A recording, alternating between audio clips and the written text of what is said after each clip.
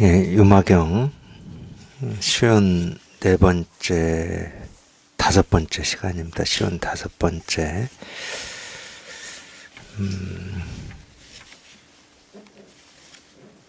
예, 제사 보살품, 예, 이를 미륵보살의 문병. 이 미륵보살의 문병이 엄청 긴가 봅니다. 예, 아직도 저희가 미륵보살의 문병하고 있습니다. 지난 시간에 이어서 한번 보겠습니다. 이거 보니까 기억이 미륵보살 아닌데요. 광엄동자의 문병이네요. 이 광엄동자의 문병. 지난 시간에는 이제 육바라밀이 나왔었고요. 이제 이번 시간에는 이제 첫 번째는 자비이사가 나와요. 불교에서 제일 많이 나오는 이 단어 중에 하나가 자비가 아닌가 싶은데, 어쨌든 이 자비이사, 뭐 희사는 뭐 별로 언급되는 적이 없고, 이 네 가지 중에 이 자와 비, 또 뭐 자와 비가 뭐 따로따로 언급되는 적도 별로 없어요. 그냥 한 단어로 자비다, 자비심이다, 뭐 이런 식으로 제일 많이 언급되는 이름입니다. 그래도 이제 이 자비희사라고 이 네 가지를 하나하나 따로따로 얘기를 하고 있으니까 한번 이렇게 살펴보겠습니다. 이 자는 묘한 깨달음이니 모든 중생들의 마음에서 평등하기 때문입니다. 비가 묘한 깨달음이니 모든 괴로움을 잘 견디기 때문입니다. 희가 묘한 깨달음이니 법동산의 즐거움을 누리기 때문입니다. 사가 묘한 깨달음이니 모든 애욕과 성냄 등을 영원히 끊기 때문입니다. 어쨌든 이제 유마경에서 이제 자비사를 이렇게 얘기하는 거하고, 보통 이제 절이나 스님들이 이야기하는 이 자비라고 하는 뜻하고는 완전히 지금 다른 얘기를 하고 있어요.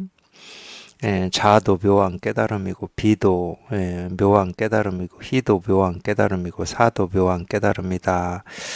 그러니까 뭐 우리가 이제 이 세속적인 뜻으로 뭐 자비다, 뭐 이런 거를 많이 쓰고 있죠. 이제 세속적인 뜻으로 쓰고 있습니다. 보통 이제 자비심이라는 말은 뭐 우리가 흔히 뭐 사람마다 조금씩 이미지나 그림이 다르겠지만 어떤 이 너그러운 마음이잖아요. 이 너그러운 마음.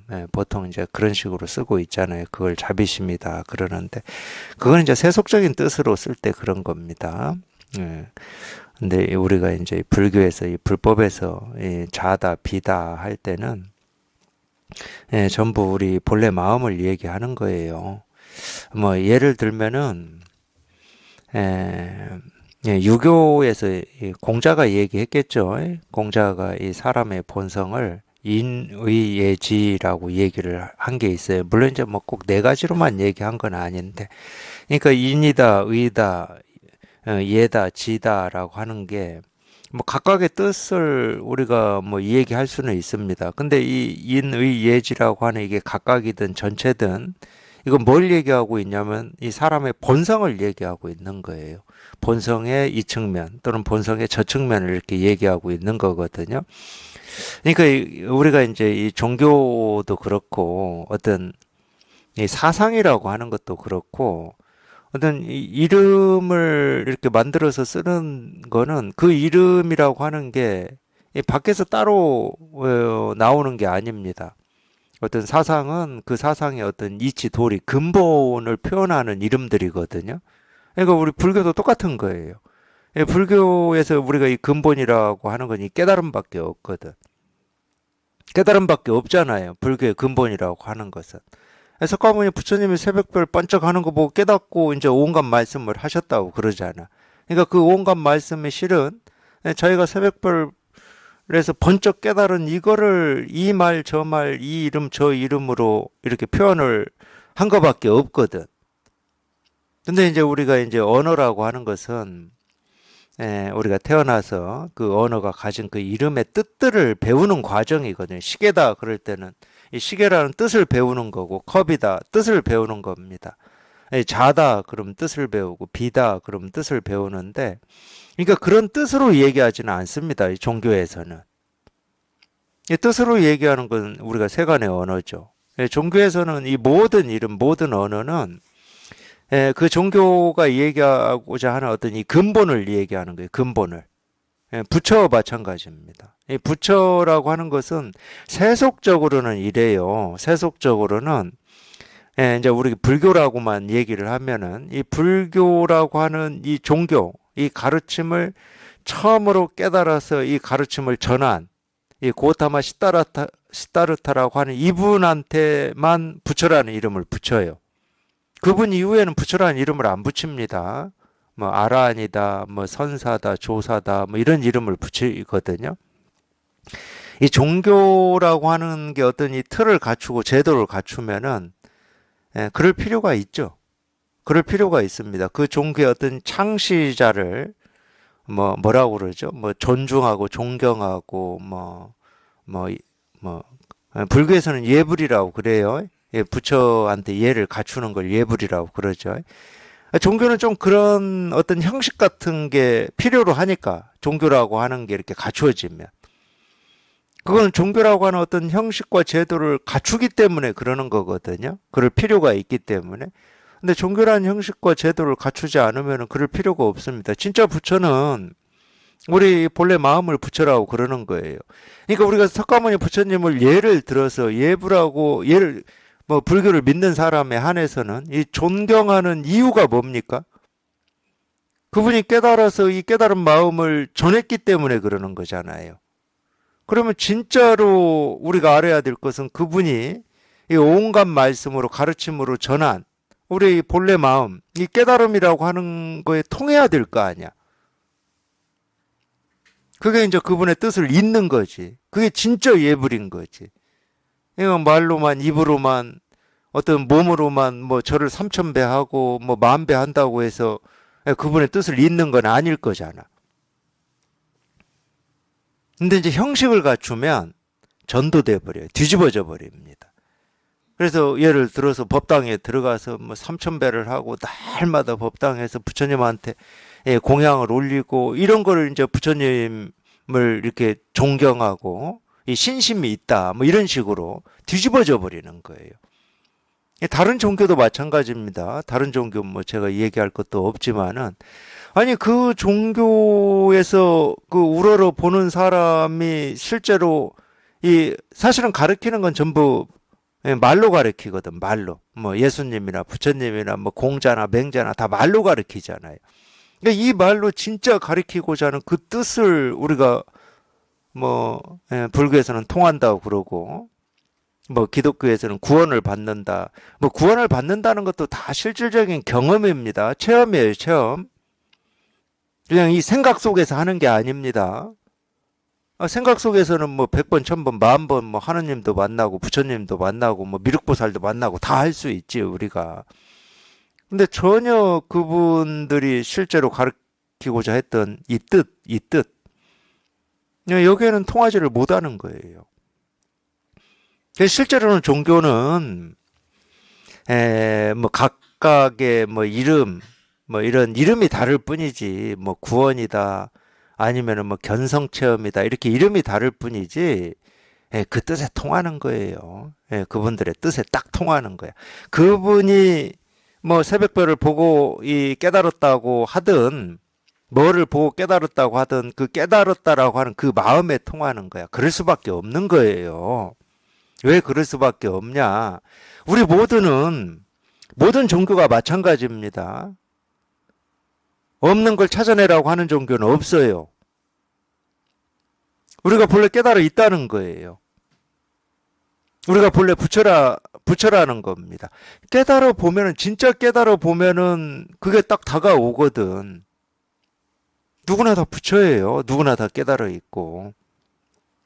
근데 희한하게도 뭔 생각인지 우리가 따질 것도 없는데 하여튼 자기 생각으로 이러고 저러고 하니라고 자기가 본래 깨달아 있음을 실감을 못하고 있을 뿐이라니까. 그러니까 오로지 그거를 방해하는 것은 자기 생각밖에 없어요. 그래서 그 생각이 한번 죽어야 된다고 그러는 겁니다. 죽어야 돼요. 그러니까 이 생각이 죽어야 된다라고 하는 이 표현을 불교에서 하는 표현이 있고 다른 종교에서 하는 표현이 있어요.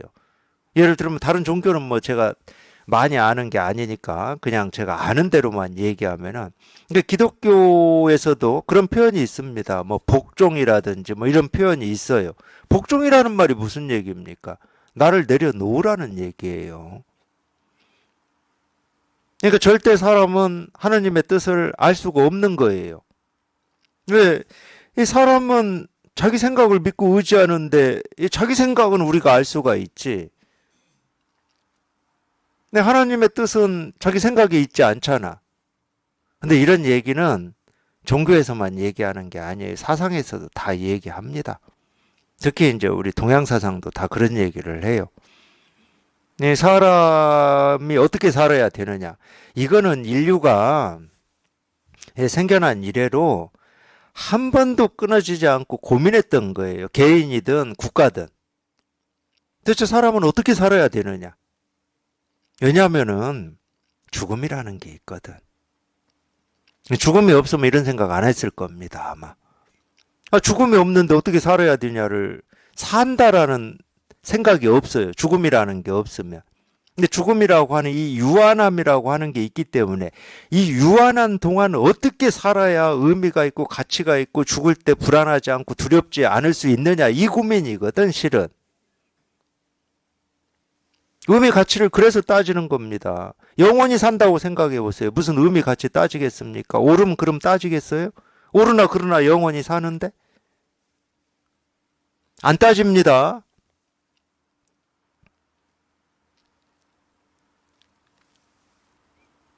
그래서 인류의 공통적인 고민이었어요. 이게 동양이나 서양이나 옛날이나 지금이나 앞으로도 그럴 겁니다.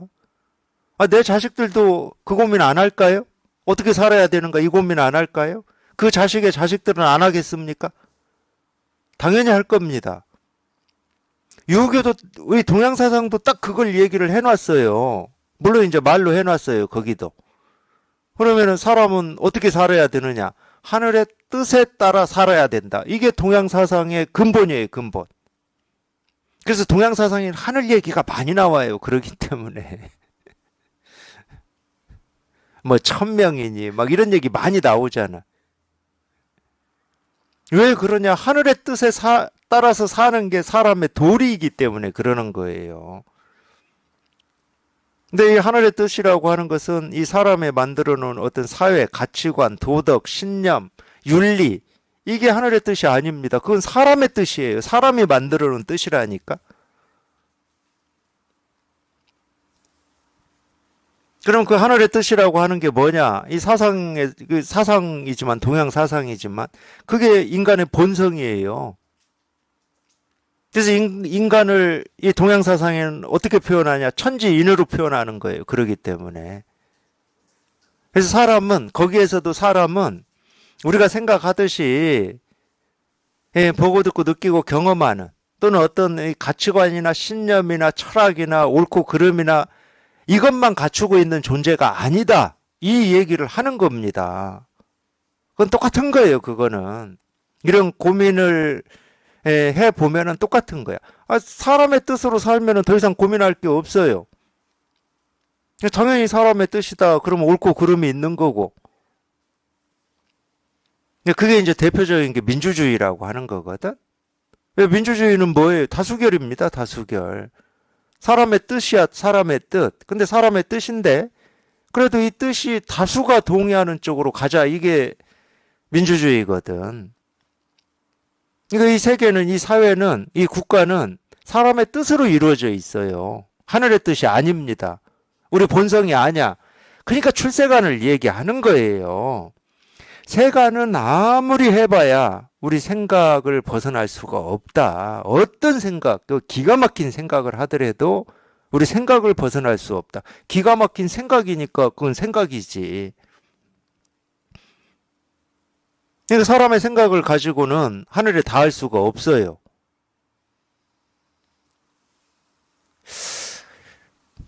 공자 얘기 중에 이 40이 부록이고 50이 천명입니까?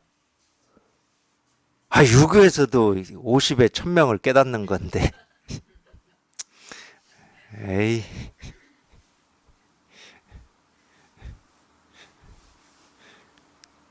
우리가 만만히 보는 유교에서도 50에 1000명이라잖아요. 하늘의 뜻을 깨닫는다고 그러잖아. 그럼 적어도 불법을 공부하시는 분들은 좀 이렇게 좀, 에, 정신을 좀 더 바짝 차리셔야지. 불법을 공부하는 입장에서 유교는 좀 만만하지 않습니까?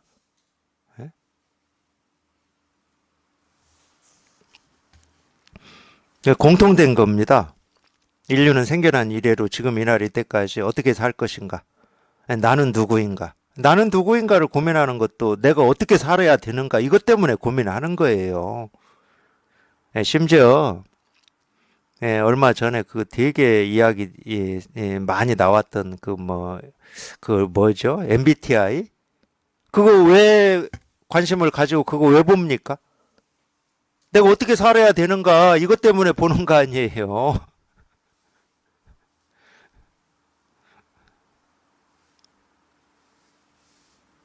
답은 나와 있습니다. 내가 살아야 될 삶이 있다. 그러면 어떻게 살아도 불만족스러워요. 100년을 살아도, 90년을 살아도. 어떻게 살아도 불만족스럽습니다. 답은 나와 있어요.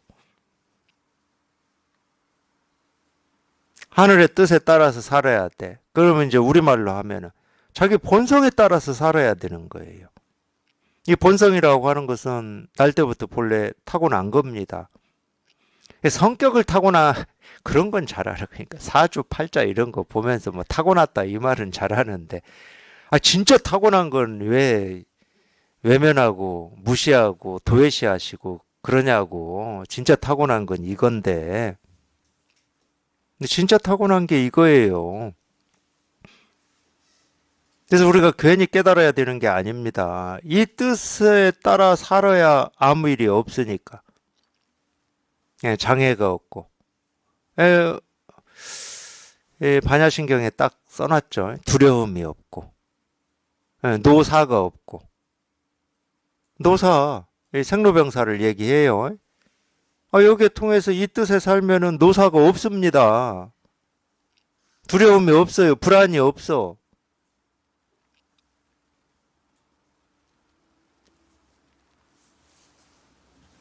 그러니까 모든 불교 저희가 이제 지금 불교 경전을 가지고 공부를 하고 있는데 그러니까 다른 거 빼고 성경 마찬가지예요. 제가 이 구약까지는 다 못 읽어봤지만 신약은 읽어봤거든요. 마찬가지예요. 온갖 말들이 나오지만 우리가 처음 접해본 언어나 개념들이 나오지만 그 말들이 실제로 그 말을 가지고 실제로 그걸 예수님이 하신 말씀이라고 하자고요. 그렇게 얘기가 되고 있으니까. 예수님이 그런 언어들로 그런 이름들로 진짜 얘기하고자 하는 것은 그분이 어떤 과정을 통해서 깨달았는지를 몰라요. 신약에는 그런 게 안 나오더라고. 예수님의 어떤 생애라고 하는 게 안 나와. 광야에서 40일 동안 금식기도 했다. 이런 거는 신약에 나오던가. 하여튼 이제 헷갈려 죽겠어요. 이제 저도. 그 역사가 이렇게 딱 일관되게 제 머릿속에 없어. 근데 제가 봤을 때는 그 신약에 나오는 그 모든 이 이름들, 언어들은 그 예수님이 자기 스스로가 깨달은 이거를 그런 말로, 그런 언어로, 그런 이름으로 표현하고 있구나. 자기가 직접 통해보면은 그렇게 다가와요. 천국은 너희 마음 안에 이미 이루어져 있다. 이런 말이 딱 그 말이잖아. 재물을 땅에 쌓지 말고 하늘에 쌓아라. 딱 그 말이잖아.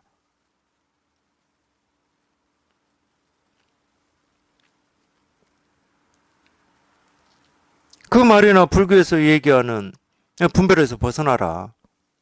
분별이라고 하는 건 다 인간의 뜻이니까, 사람의 뜻이니까. 근데 사람이라고 하는 게 그 분별만 있는 존재가 아니다. 쉽게 얘기하면. 날 때부터 그거를 이제 거기서는 성령이라고 그러고, 우리는 불성이라고 그러잖아. 날 때부터 성령을 우리가 타고난 거지.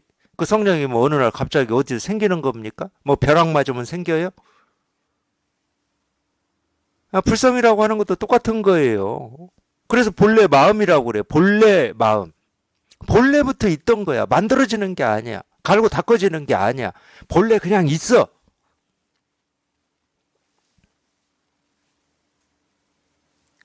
본래 있는 거를 저희가 한번 실감하고 확인하는 공부라니까요. 이거 제발 좀 나라고 하는 거를 자기가 생각하는 그런 존재라고 좀 착각만 하지 마시라고. 그 정도의 존재가 아니야, 나는.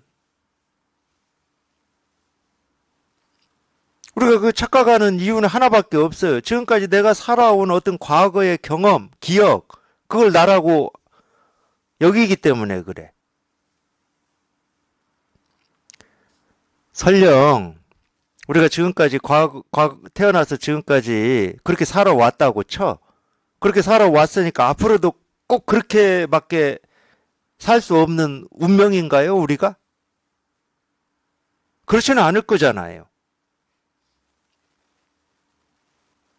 그러니까 누구든지 정말로 여기에 이렇게 뜻이 있고 마음이 있으면 그냥 자기 본성에 통해 가지고 지금까지 살아왔던 방식, 지금까지 살아왔던 방식이라고 하는 거는 이 자기 생각에 자기가 속아가지고 삶에서 온갖 어떤 고통, 갈등, 이런 걸, 반복한 방식이거든. 거기서 훌쩍 벗어나서 우리가 살 수가 있는 겁니다. 그거를 이제 불교에서는 확철대오라고 해요. 확철대오. 기독교에서도 그걸 구원이라고 그래요. 구원받았다가 그 말이잖아. 지금까지는 불교식으로 얘기하면 중생으로 살아왔어. 근데 이제 딱 자기가 뭐 어떤 경험을 통해서인지 뭐 거기는 모르겠지만 제가 그런 경험, 그런 우리 불교식으로 이야기하면 그런 체험, 그 체험을 통해서 이제 이전까지 살아왔던 이 방식의 사람이 아니야. 그래서 거듭난다고 그러잖아. 새롭게 태어난다. 딴 사람이 됐다는 거야. 딴 사람이. 물론 이제 지금까지 살아온 이 버릇이라고 하는 게 있어가지고 우리가 이제 여기에 통해서 이제 딴 사람이 되긴 됐는데 완전히 이 새로운 사람에 익숙해지는 데는 약간의 시간이 좀 필요해요. 근데 이미 마음에서는 딴 사람이 되어버렸다니까. 껍질을 벗어버린 거예요. 스스로도 느껴요, 그런 거를. 우리 존재라고 하는 게 내가 지금까지 살아왔던 사람이라고 여겼던 이것이 전부가 아니구나. 이런 일이 있구나, 이런 일이. 이런 세계가 있구나, 이런 세상이 있구나. 이런 세상이 있구나.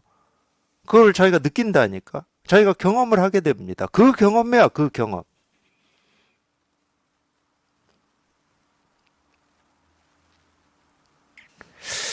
그건데 참 희한하게도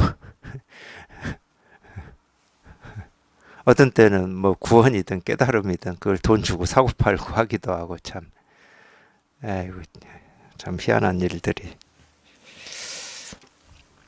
어쨌든 뭐 자라고 하든 비라고 하든 자비라고 하든 이 뜻을 우리가 설명하려면 할 수는 있어요. 할 수는 있는데 저는 뭐 매번 제가 말씀드렸듯이 이 자비할 때 이 자라는 이 말의 뜻을 도대체 어떻게 우리말로 표현을 할 수 있을까? 저는 늘 고민이에요. 뭐 겨우 해봐야 이제 자애롭다 이렇게 표현하는데 그 자애롭다 할 때도 그 이 자자를 쓰잖아. 그러니까 자가 뭐냐고. 동어 반복밖에 안 돼. 자애롭다. 그렇다고 이거를 사랑스럽다 할 수는 없잖아. 저는 이 자자를 우리말로 뜻으로 표현할 방법이 없더라고. 비자는 제가 표현할 수 있어요. 비자는. 비자는 슬픔 애통이잖아. 슬플 비자입니다. 저도 깜짝 놀랐어요. 제가 뭐 어쨌든 불법을 공부하기 전에 뭐 이 세속을 살면서 이 자비라는 말을 수도 없이 들어봤겠죠. 저도. 근데 자비라는 말이 거기에 뭐 슬픔, 애통함이 들어있을 거라고는 전 상상도 못했어요. 상상도 못했다니까. 자비, 그럼 뭐 그냥 자애로운 넓은 마음, 뭐 끝도 없는 마음, 이런 생각만 했지. 아니 도대체 근데 보니까 한자가 슬플 빛자를 써. 그래서 왜 자비가 자애로운 마음인데 슬플 빛자가 있지? 이런 뭐 그런 생각을 할 때가 있었어요. 근데 제가 여기에 이제 이거를 이렇게 통하고 살아보니까 이 슬프다, 애통하다 이런 글자를 쓸 수밖에 없어요. 왜 슬프겠습니까? 왜 애통하겠습니까? 그러니까 에, 또 결론은 똑같은데 자기가 직접 통해 보면은 제가 얘기하는 이런 말이 무슨 말인지 알아들을 겁니다. 이 세상에서 제일 슬픈 거는 제가 첫 시간에도 얘기했듯이 자기 삶에서 가장 억울한 거는 아니 예를 들어서 우리 세속에서는 돈 잃은 게 억울해요. 그러죠? 근데 출세관에서는요. 출세관이라고 하니까 뭐 세속하고는 완전히 다른 뭐 다른 세계라고 생각하실 수 있지만은 어떤 걸 잃는 것보다도 자기가 본래 부처로 태어나서 부처로 살고 있는데 자기 스스로가 자기 생각에 속아가지고 중생이라고 착각하는 이것만큼 슬프고 애통 터지는 일이 없어요. 최고로 애통 터지는 일입니다, 이게. 그러니까 이 비자를 안 쓸 수가 있겠습니까? 이 비는 그냥 부모 잃은 슬픔 정도가 아니야. 그 정도 슬픔을 얘기하는 게 아니에요. 이 슬픔은 사실은 우리가 설명할 수 없고 감당할 수 없는 슬픔이에요. 감당이 안 되니까 그냥 인생이 이런 거지 하고 이렇게 사는지도 모르겠어요. 한번 이렇게 생각으로나마 한번 해보세요. 이 세속에서 이 성경이나 이 불경에 똑같이 나오는 비유 중에 하나가 뭐냐면 왕자 비유. 왕자가 어릴 때 저작거리에서 부모를 잃어가지고 집을 잃어가지고 거지로 사는 비유. 어떻게 이 비유는 똑같이 나와 보면은. 근데 그 왕자가 아니 거지로 산다고 해서 왕자가 아닌 건 아니잖아요. 근데 부모를 잃어가지고 어릴 때부터 자기가 거지로 살아왔기 때문에 자기는 거지가 자기 존재다. 거지가 내 삶이다. 그냥 그렇게 자기도 이제 그냥 버릇이 돼버렸어. 다른 생각을 못해. 거기에 마비가 돼가지고. 그래서 너 본래 왕자야. 안 믿어. 그게 비예요.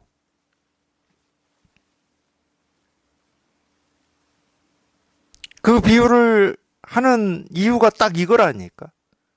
누구나 다 부처로 태어나서 부처로 살고 있다니까. 부처로 안 산 적이 없습니다.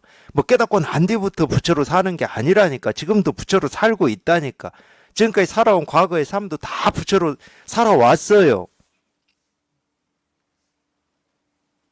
근데 희한하게 자기 혼자만 그런 착각을 하고 있는 거예요. 그러니까 불교에서는 전도 몽상이라고 그래요. 전도. 뒤집어졌다 이거예요. 뒤집어져 있다. 우리 생각은 완전히 뒤집어져 있다. 뒤집어져 있는데 그 생각이 뭐와 같은 생각이냐? 꿈 같은 생각이냐? 꿈 같은 생각. 그래서 빗자를 쓸 수가 있어요. 자자는 제가 설명이 안 됩니다. 설명이 안 돼요, 저는. 근데 여기에서 이 유마경에서는 모든 중생들의 마음에서 평등하기 때문이다. 맞아요. 자유로움이라고 하는 어떤 그런 걸 얘기를 하는 게 아니라 모든 중생이 본래 다 부처다. 모두 다 이 부처의 마음을 가지고 있고 쓰고 산다. 그게 자애예요. 그러니까 세속에서 얘기하는 또는 요즘에 절이나 뭐 스님들이 얘기하는 이 자비심하고는 완전히 뜻이 다른 거예요. 진짜로 이 불법을 공부하시려면은 이 세속의 뜻을 쫓지 마시고 결국 세속의 뜻은 다 버려야 돼요. 버려야 돼. 배우고 익힌 거기 때문에. 먼저 자기 본래 마음을 깨달아야 돼. 이 자라고 하는 이 한마디로 얘기하고 싶은 것은 우리 본래 마음을 얘기하는 거예요. 본래 마음을. 그냥 이거다. 그냥 이 일이다. 그냥 이거다. 이거 하나 얘기하는 거예요. 이거 하나. 잡이라는 두 글자로 얘기하고 싶은 것도 이거밖에 없어요. 그 다음에 이제 이 잡이 희사 해가지고 이제 희와 사가 있는데 희는 기쁠 희자입니다. 기쁠 희자. 이제 비로소 중생의 모든 어떤 이 번뇌와 갈등으로부터 벗어났기 때문에 이제 이 기쁨이라는 표현을 쓰거든요. 물론 이제 우리가 이 세속을 살면서 기쁘고 좋고 뭐 환희심이 일고 뭐 이런 기쁨을 얘기하는 건 아니에요. 대성경전에 이 정멸위락이라는 말이 나와요. 재행무상, 시생멸법, 생멸멸이 정멸유락이다. 거기에서 정멸유락이라는 말이 나오는데, 물론 이제 이 말도 그렇더라고요. 뭐 저는 이제 제 경험을 제가 많이 얘기를 해드리는 편인데, 이걸 처음 해보면, 뭐 자기도 모르게 체험을 하지만은, 지금까지 궁금하고, 이게 뭐지 했던 그런 의문, 뭐 이런 게 그냥 여기 딱 통하는 순간 다 사라지고 없어요. 뭐 사라지고 없어. 희한하게 사라지고 없어요. 어디로 갔는지도 모르겠고 어떻게 사라졌는지도 모르겠고 그냥 사라지고 없어요. 그냥 이게. 근데 이제 뭐는 있냐면은 어쨌든 이거 하나 깨달으려고 우리가 애를 쓰고 몸부림을 치고 마음에서 그냥 요동을 치고 했던 이 시간들이 있잖아요. 시간들이. 이런 게 다 사라지니까 비로소 이제 내가 깨닫고자 했던 거를 비로소 이제 내가 한번 이렇게 실감을 하고 통하고 이루어냈구나라고 하는 그런 즐거움 같은 게 있어요. 즐거움 같은 게. 근데 그건 느낌입니다. 당연히 그러겠잖아요. 내가 막 예를 들어서 뭐 이 공무원 되려고 시험 공부를 뭐 막 했어요. 그 시험 합격 한번 해보려고. 근데 그게 그냥 단순한 합격이 아니잖아. 자기 삶에서는 굉장히 중요하잖아요. 평생 먹고 살 수 있는 뭐 그런 거이기도 하고 자기 실현이기도 하고. 그래서 합격을 했어. 그러면 내가 그렇게 바라던 일이 이제 이루어졌으니까 얼마나 기쁘겠습니까? 뭐 대학 합격했을 때도 기쁠 것이고 그런 시험에 붙었을 때도 기쁠 것이고 자기가 원하는 일이 이루어졌을 때도 기쁠 거예요. 집 한번 사보겠다고 그 고생하면서 돈을 모아서 집을 샀을 때 얼마나 기쁘겠습니까? 똑같아요. 근데 그 기쁨이 얼마나 가던가요? 지금까지. 공무원 시험 합격해가지고 뭐 공무원 이제 돼서 출퇴근하는 뭐 1년 내, 2년 내, 10년 내 그 기쁨이 있던가요? 없습니다. 똑같아요. 이걸 체험해서 느끼는 어떤 그런 기쁨이라든지 그거는 며칠 못 가. 우리가 집사도 마찬가지라니까. 집 없는 서름에서 벗어나서 엄청 기쁘잖아요. 그거 며칠 갑니까?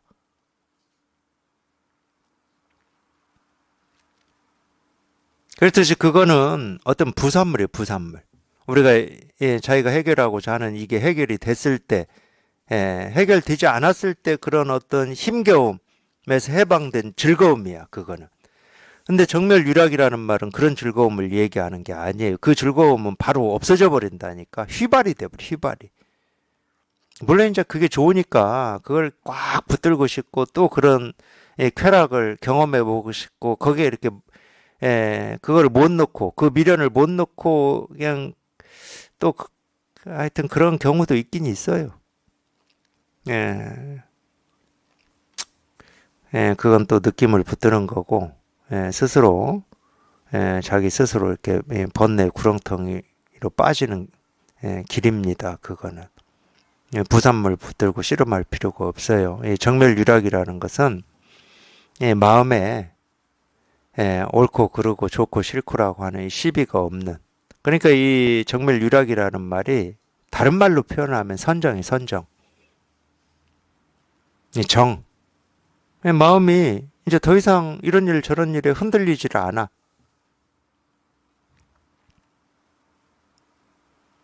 그거를 우리가 법열이라고도 합니다. 법열.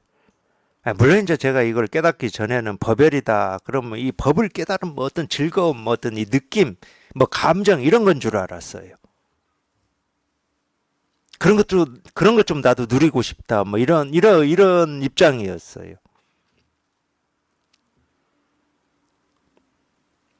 예, 법의 즐거움이라고 하는 것은 법이라고 할 게 없는 즐거움이에요. 뭘 저희가 붙들고 뭐 잘라내고 할 게 없어. 그러니까 이 자유로움이지, 자유로움.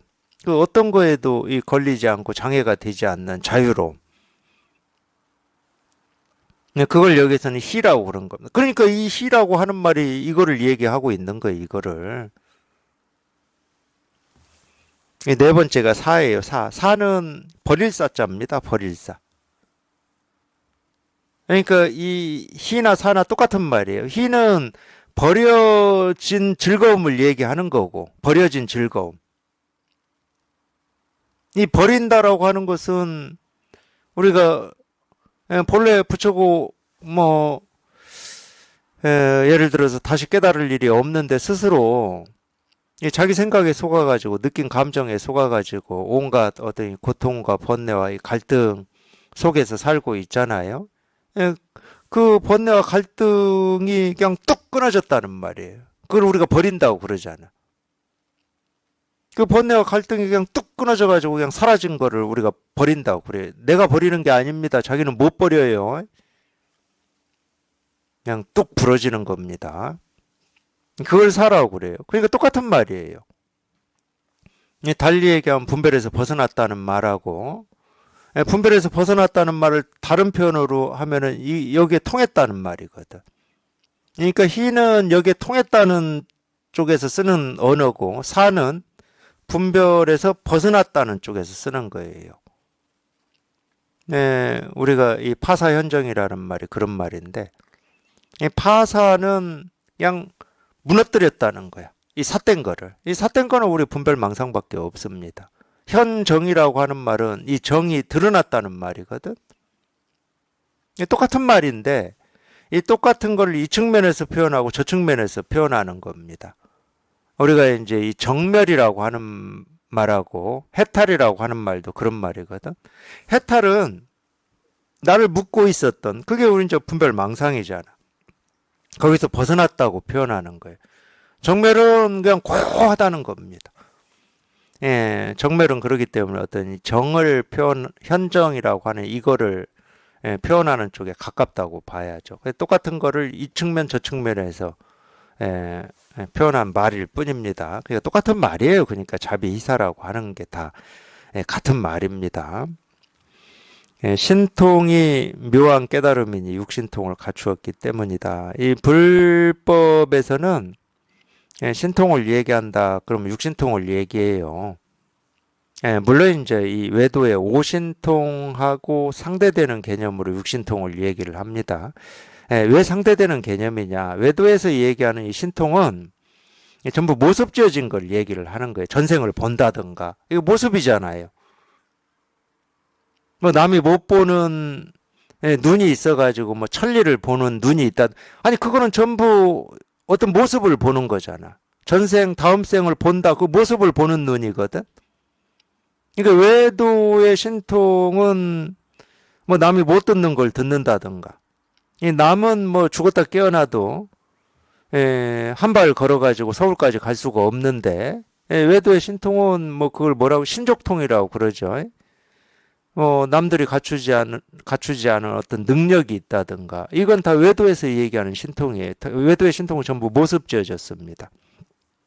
그러니 불법에서는 육신통이라고 그러면은 이 모습을 벗어난 이 신통을 얘기를 하고 있거든요. 육신통은 누신통이에요. 그런 모습을 쫓아가지 않는다는 거야. 뭐 전생을 보니 못 보니 하는 그런 모습을 쫓아가지 않는다는 거예요. 소리가 들리니 들리지 않니 뭐 그런 능력이 있니 없니라고 하는 모습을 쫓아가지 않는다. 세지 않는다는 말이에요. 누진. 센다는 건 쫓아가는 거거든. 그래서 이 불법에서 이 신통을 얘기할 땐 딱 이 육신통만 얘기합니다. 이 누진통, 이 모습을 벗어난 신통, 분별되지 않는 이것만을 얘기해요. 참 희한하죠. 이 육신통이라고 하는 이 불교에서 이제 이런 가르침이 나오게 된 거는 모습을 쫓아가는 어떤 그런 이 신통, 외도의 신통을 이 불법의 가르침이 조금이라도 이 오염되거나 또는 이 배우는 사람들이 이 외도의 신통에 끌려가거나 이런 거를 막기 위해서 사실은 육신통이라고 누진통을 불교에서는 얘기를 했을 텐데 그게 막는다고 막아지겠습니까? 분별만 하는 입장에서는 뭐 전생이 보인다 그러면 그냥 거기에 혹 하고 뭐 미래생이 보인다 그러면 거기에 혹 하고 안 막아져 이게. 그걸 막으려고 육신통 누진통을 얘기를 했는데도 여전히 뭐 불교를 얘기하면서 이 외도의 신통을 쫓아다니는 비일비재합니다. 그거는 뭐 불교만 그런 게 아니에요. 뭐 다른 종교도 마찬가지일 겁니다. 그건 뻔해요.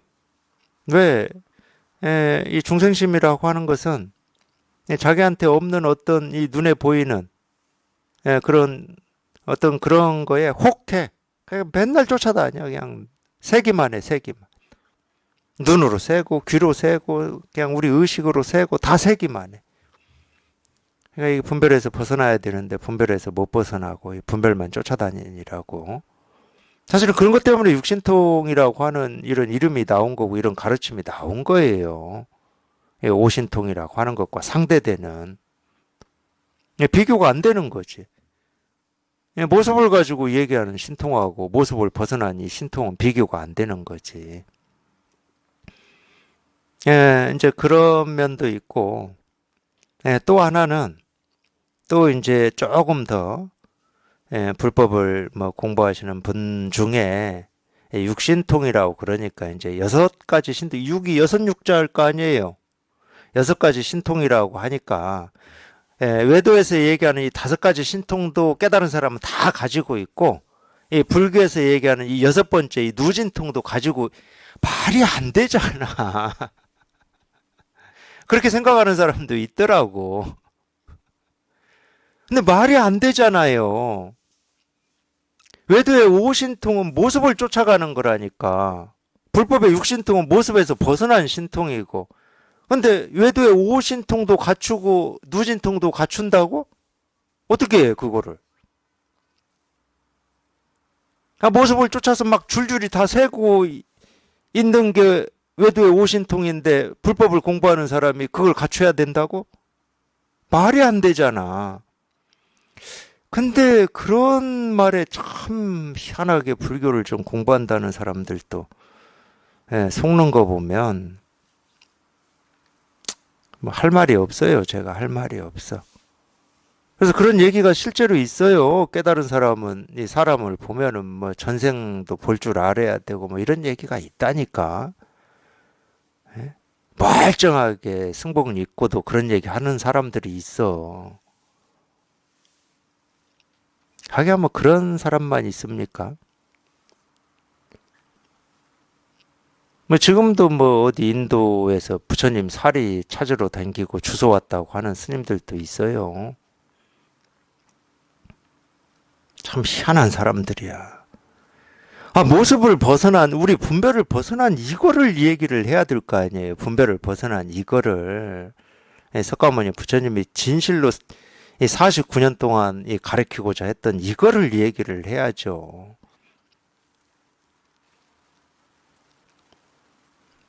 그게 진짜로 이 고타마 시다르타라고 하는 이 깨달았다고 하는 그분을 화장해가지고 찾아지지 않았던 뭐 뼈조각이라고 쳐. 그분이 자기 뼈조각이나 찾으러 다니라고 했겠습니까? 하여튼 희한해요, 보면은. 관심이, 제가 볼 때는 그래요. 관심이 엉뚱한 데 있는 거예요. 엉뚱한 데. 불법을 공부한다고 하면서도. 불법을 공부하려면 이거를 해야지, 이거를.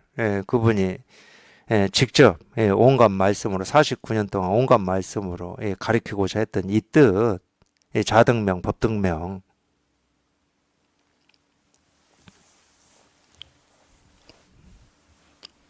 하여튼 제일 오해가 많은 것 중에 하나가 이 신통이에요, 신통.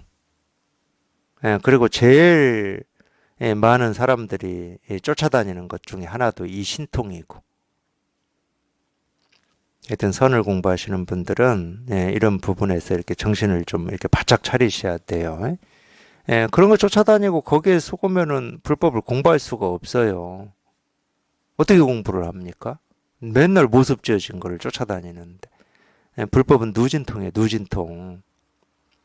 유일한 신통은 누진통입니다. 세지 않는 거예요, 세지 않는 거. 세지 않는다라고 하는 것은 모습에 속지 않는 거. 그 모습이라고 하는 거를 한자로는 상이라고 그러거든요. 상, 아상, 인상, 중생상, 수자상. 이 상이라고 그래요. 이런 상에서 훌쩍 벗어나는 거. 그거밖에 없어요, 불법의 신통은. 그래서 누진통이라고 딱 얘기를 해놓는 겁니다. 딱 그거밖에 없습니다. 해탈이 묘한 깨달음이니 분별의 움직임을 벗어났기 때문입니다. 해탈이라고 하는 건 벗어났다는 거니까요. 풀 해자에다가 벗어날 탈입니다. 그러니까 이 갈등이나 어떤 이 번뇌가 풀어져 가지고 그걸로부터 벗어났다, 이제 이런 말이에요. 방편이 묘한 깨달음이니 중생의 지혜를 성숙시키기 때문입니다. 제가 지금까지 한 말도 다 방편이에요. 이런 방편의 말을 듣고 그냥 이 자기가 지금까지 가지고 있었던 어떤 이 기준과 틀, 선입견이라고 해도 좋고 지식이라고 해도 좋은데 그런 게 자기도 모르게 녹으면 되는 거예요. 녹으면. 아, 정말로 이런 틀, 이런 기준을 가지고 있었구나. 그러면서 그게 다 녹으면 돼. 그래야 이 중생의 지혜가 성숙되는 겁니다. 자기 기준을 굳건히 가지고 있으면은 이 지혜가 성숙될 수가 없죠. 그냥 그 틀대로 사는 거고 그 기준대로 사는 겁니다. 그러니까 이 공부는 사실은 우리가 뭐 지금까지 평생 살면서 뭐 배운 게 부족하겠습니까? 또는 이 배움이 이 습관화돼 있고 기억돼 있는 게 뭐 없겠습니까? 다 있어요, 그게. 평생을 살았는데. 근데 이 공부는 이 하얀 백지에서 시작하는 겁니다.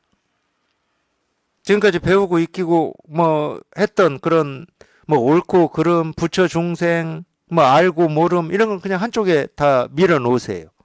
그냥 백지에서 시작하시면 돼. 백지에서. 백지에서 시작만 할 수 있다. 그러면 도가 뭡니까? 이겁니다. 그냥 바로 통해요. 또 오늘 또 신약 얘기 또 하네. 예수님도 그런 말씀 하셨더만.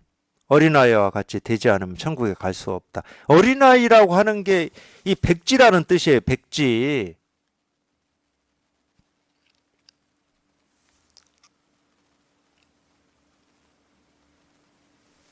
그러니까 그냥 이 백지에서 이거를 듣는다. 그럼 바로 통한다니까. 왜 바로 통합니까? 그 백지를 얘기하고 있는데. 말은 이겁니다. 그렇지만 그 백지를 지금 이렇게 얘기하고 있는 거예요. 왜 안 통할 수가 있나? 그냥 통하지.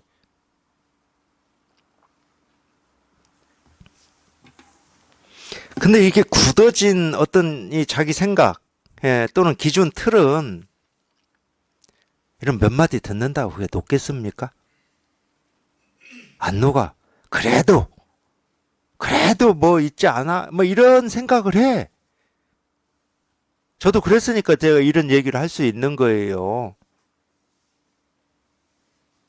이 굳어진 자기 생각과 틀은 법문 뭐 이런 법문 몇 번 듣는다고 해서 안 녹는다니까.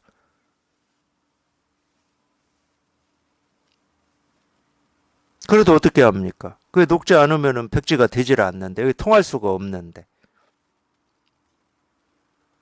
그냥 그런 생각이 든다 하더라도, 그건 자기 생각일 뿐이니까. 내가 아무리 이거는 뭐, 죽었다 깨어나도 무슨 일이 있어도 옳다.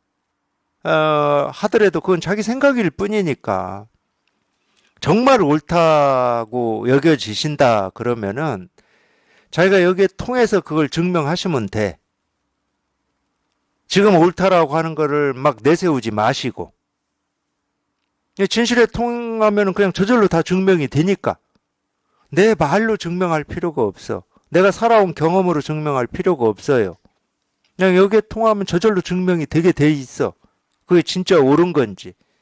부처님 말씀은 다 마찬가지입니다. 부처님 말씀이 진짜 옳다고 여기신다. 그럼 자기가 여기에 통해 보면 돼. 그러면 옳은지 그른지 진짜인지 가짜인지 그냥 다 실감이 돼요. 공부는 그렇게 하는 거예요. 내가 지금까지 살면서 아무리 옳다고 여긴 생각, 굳어진 틀과 이 기준이 있다 하더라도 일단은 그거는 자기 생각일 뿐이니까 그걸 내세우지 마시고 그냥 가르치는 도가 뭡니까 이겁니다. 부처가 뭡니까 이겁니다. 그냥 이겁니다. 그냥 이겁니다 하는 여기에 통해서 그걸 증명하시면 돼. 여기에 통해서 그게 내가 죽었다 깨어나도 옳은 줄 알았는데 옳은 게 아니었구나. 그러면 그냥 버려지는 거야. 그냥 저절로. 내가 정말로 옳다고 계속 여기니까 그걸 붙들고 있는 거지.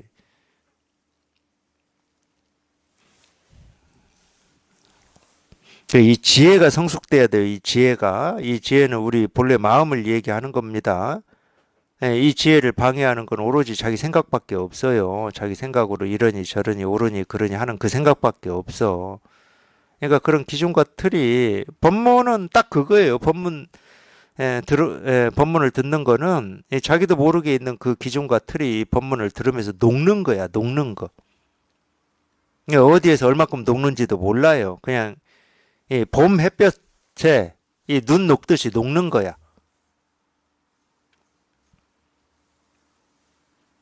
그러면은 눈으로 덮여 있었던 땅이 그냥 그대로 드러나잖아요.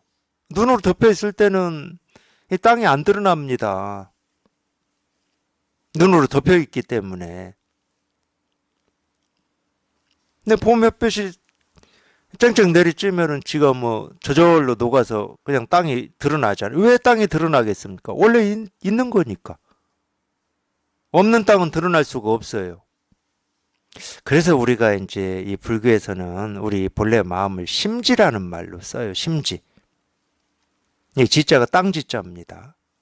마음 땅이라는 그렇게도 비유를 해요. 이 땅이라고 하는 거는 예를 들어서 풀밭은 이 풀로 뒤덮여 있어요. 풀로. 그래서 땅이 높고 낮은지 뭐 어떤 색깔인지를 몰라요. 풀로 뒤덮여 있어가지고. 근데 풀을 싹 베어냈다고 쳐요.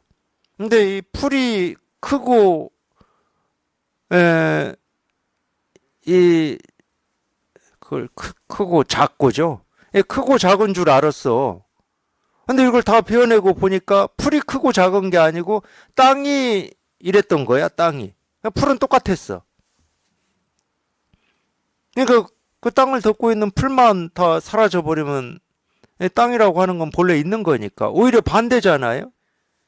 풀로 뒤덮여 있다라고 하는 게 뭐예요? 땅이 있다라는 말이야. 땅이 없으면 풀이 있을 수가 있나? 그러니까 우리가 생각이 있고 느낌이 있고 감정이 있고 뭐 옳다 그러다라고 온갖 이렇게 분별을 하는 것은 우리 심지 이 마음 땅이라고 하는 게 있기 때문에 여기에서 다 할 수 있는 거거든.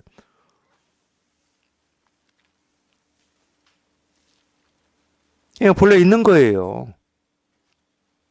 자기 생각, 느낀 감정이 자기가 옳다 그러다라고 하는 어떤 기준과 틀이 지금 덮고 있어가지고 이게 실감이 안 될 뿐이야. 없는 땅이 아닙니다. 실감이 안 될 뿐이야, 실감이. 그러니까 우리가 이 생각, 느낀 감정이라고 하는 이 분별에서 한번 이렇게 벗어나 봐야 돼요. 벗어날 수 있거든? 어떻게 벗어나는지는 몰라요. 그냥 오로지 그냥 이거 하나 깨닫고 싶다라고 하는 그런 어떤 자기 마음, 그런 뜻, 그런 뜻으로 그냥 법문에 귀를 기울이고 있다 보면은 그냥 어느새 자기도 모르는 사이에 번쩍하고 그냥 문득하고 그냥 분별이 뚝 부러지는 때가 있어요. 참 희한하죠. 근데 이거는 뭐 어떻게 설명을 해드릴 수가 없잖아. 저도 모르니까. 번쩍하는 번개가 어떻게 치는지 저도 몰라요. 근데 오로지 그냥 여기에 한번 통해봐야 되겠다라고 하는 그런 심정으로 그냥 가르치는 여기에 관심을 기울이고 있다 보면, 이 관심을 기울인다는 것은 이 가르침을 듣는다는 걸 거잖아요. 관심이 있는데 안 들을 리는 없을 거고. 도가 뭡니까? 이겁니다. 부처가 뭡니까? 이겁니다. 이런 법문에 귀를 기울이다 보면 그냥 어느 순간에 자기도 모르게 그냥 문득 어느 말인지도 몰라. 어떤 말에 그러는지도 몰라요. 근데 그냥 문득 하고 그냥 분별이 와르르 무너지는 때가 있어요. 그거를 우리가 견성 체험이라고 그래요. 그거를. 섭사가 묘한 깨달음이니 모든 중생을 포섭하기 때문이다. 이 섭사라는 말도 이 불교에서 나오는 말인데, 보통 이제 사섭사라고 해가지고, 제가 네 가지 섭사를 외울 때도 있었는데, 워낙 오래돼가지고 이제 외워지지가 않아요. 뭐 이제 많이 쓰는 게 이 동섭이라고 그러나요? 그런 말 쓰죠. 그것도 이제 헷갈리네. 근데 기억나는 걸로만 얘기를 할게요. 기억나는 걸로만. 상대방이 어떤 이 좋아하는 말을 해서 이제 그 상대방의 어떤 공감이나 이런 거를 얻어서 이 법적으로 인도하고 안내하는 섭이라고 하는 것은 우리 섭이라는 말을 제일 흔히 들은 게 저 학교 다닐 때 엄청 많이 들은 말이어가지고 6.25만 다가오면 들었어요. 포섭. 포섭이라고 하는 게 포자도 품을 포자고 이 섭도 쉽게 말하면 뜻이 품는다는 뜻이에요. 품는다. 섭이라고 하는 뜻은. 그래서 이 섭이라고 하는 것은 물론 이제 이 세간의 뜻은 그거예요.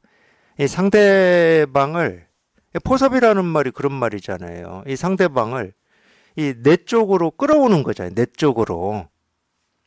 그러면 이제 이 섭이라는 말이 예를 들어서 이제 종교나 우리 불법에서 쓸 때는 뭐겠습니까? 이 법, 이 깨달음 쪽으로 이끌어오는 거를 섭이라고 그러는 거예요. 이 깨달음 쪽으로 이끌어오는 거.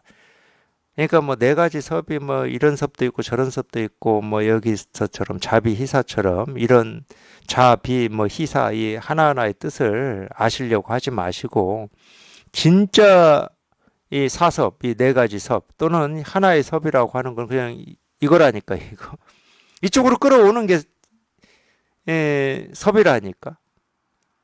그러니까 이쪽으로 끌어오지 않으면은 딴짓을 해, 딴짓을. 그러니까 분별 속에서는 내 마음과 네 마음은 잘 맞아 그러는데, 아유, 뭐 잘 맞긴 뭘 잘 맞아요. 그때만 잘 맞아요. 나중에는 잘 맞는다고 했던 그게 원수가 된다니까. 분별의 세계에서는.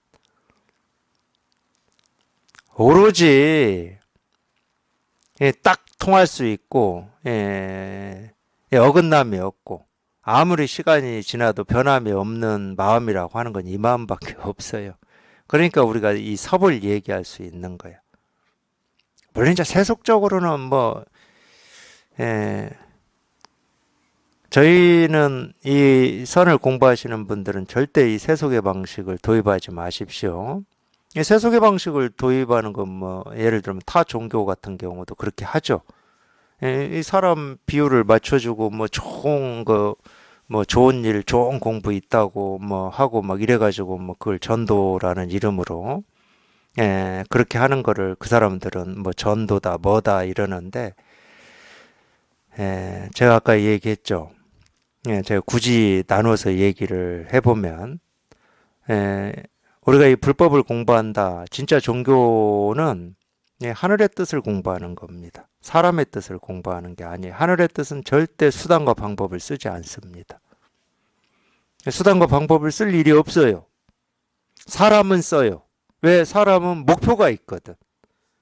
사람들을 자꾸 우리 종교 쪽으로, 우리 그룹 쪽으로 끌고 와야 우리 그룹이 커지고 성장하고 이게 있어요.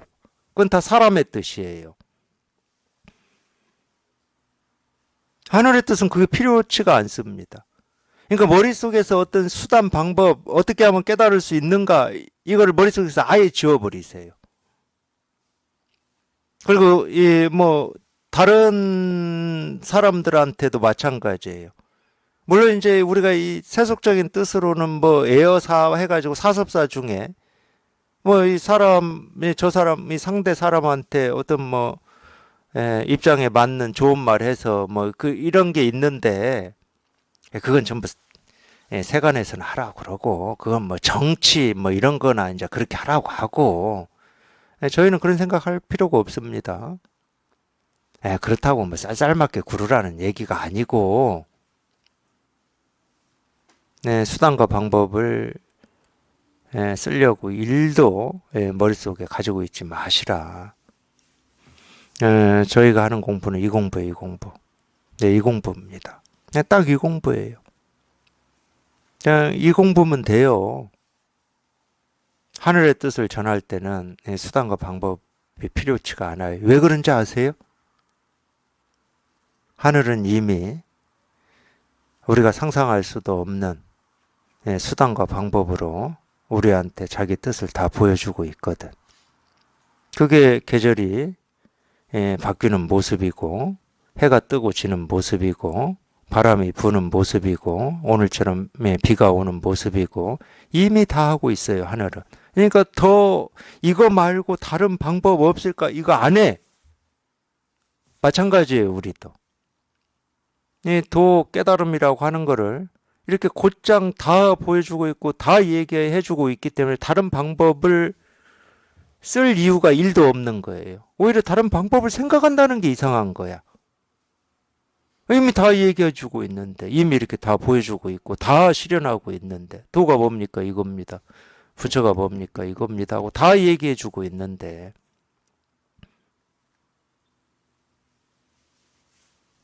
사람이나 방법, 수단을 쓰는 겁니다. 그러니까 그거 좋아하지 마세요. 절대 좋아하시면 안 됩니다. 오로지 그냥 곧장 다 얘기하고 있잖아요. 조금도 부족함 없이. 물론 이제 이런 문제는 있어. 이렇게 한다고 해서 그럼 알아듣냐? 그럼 뭐 다르게 한다고 알아듣겠습니까? 그런 거 없어요. 오로지 내가 한번 통해봐야 되겠다고 하는 그 마음이 이걸 알아듣게 만드는 거지 방법이 알아듣게 만드는 게 아니야. 그냥 이겁니다. 그냥 이거예요. 그냥 이거. 그냥 이 일이야. 그냥 이거밖에 없어요. 그냥 딱 이거예요.